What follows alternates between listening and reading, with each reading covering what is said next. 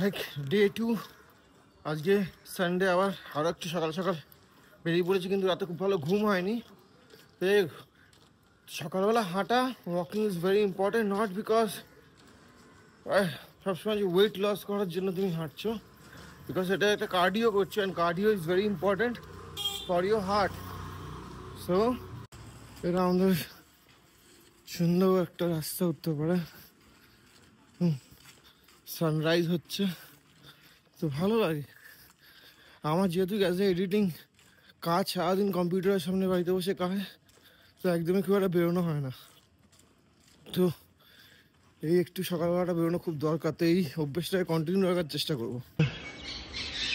কালী মন্দির, ঠাকুরকে এখন একটাই কথা বলি, ঠাকুর জীবনে অনেক ভুল করেছি, আজকের দিনে ভুল সংশোধন করার সুযোগ দাও। বেঁচে থাকারই কথা না, সেখানে বেঁচে আছি, সেটাই অনেক বড় ব্যাপার। যে কটা দিন বাকি বেঁচে থাকবো ভালো মানুষ হয়ে যেন বাঁচতে পারি। এই গলিটার নাম হচ্ছে ভূতের গলি। এই গলিটার নাম সত্যিই ভূতের গলি। আর ছোটোবেলায় আমার মনে হতো কোনো রাত্রিবেলায় এই গলি দিয়ে যেতে বারণ করতো, তারপর এই গলি দিয়ে যখন হেঁটে যেতাম খুব ভয় লাগতো। অনেক সময় অনেক মানুষ নাকি অনেক কিছু শুনেও হচ্ছে, ওকে কাউকে ডেকেছে, পেছন থেকে আওয়াজ পেয়েছে। তো এইটা হচ্ছে ভূতের গলি। মামাবাড়ি পাড়া, অনেক বছর আসা যায় না। মামাবাড়ি এখনো আছে কিন্তু আসা হয় না। মানুষটা একটু নস্টালজিক টাইপের, পুরোনো জিনিস আমি ভুলতে ভালোবাসি না, কারণ পুরোনো স্মৃতিগুলো আমার কাছে খুব প্রিয়।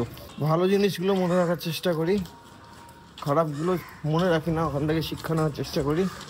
আর কি একটাই জীবন, কেটে গেল। উত্তরপাড়া ফেমাস, উত্তরপাড়া জয়কৃষ্ণ লাইব্রেরি, অনেক হিস্ট্রি আছে এই লাইব্রেরিটা। লাইব্রেরির ভেতরটা ভালো করে দেখাই, হচ্ছে লাইব্রেরিটা দূর থেকেও দেখাচ্ছি। হচ্ছে উত্তরপাড়া লাইব্রেরি, উত্তরপাড়া লাইব্রেরি মাঠ।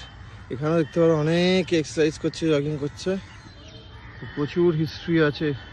আর যদি এদিকে আসো, এখানে হচ্ছে গঙ্গার ধার, এখান থেকে পুরোনো শুকনো পাতা পড়ে আছে,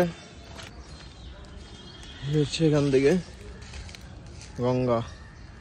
সানরাইজ হয়ে গেছে, ওয়াও, অসাধারণ ভিউ,